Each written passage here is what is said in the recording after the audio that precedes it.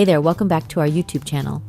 In this tutorial, we'll guide you through the steps to effortlessly find the process ID of an app on your Windows 11 system.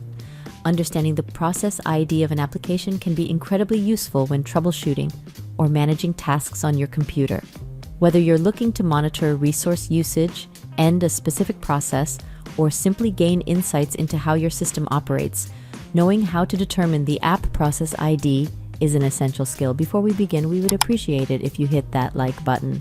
To find out the app's process ID number on Windows 11, use these steps. Right-click the Start button, then click on Task Manager. Click on Details from the left navigation pane. Confirm the process ID for the app on Windows 11 in the PID column. Click on Services from the left navigation pane. Confirm the process ID for the app in the PID column. Thank you for watching our tutorial.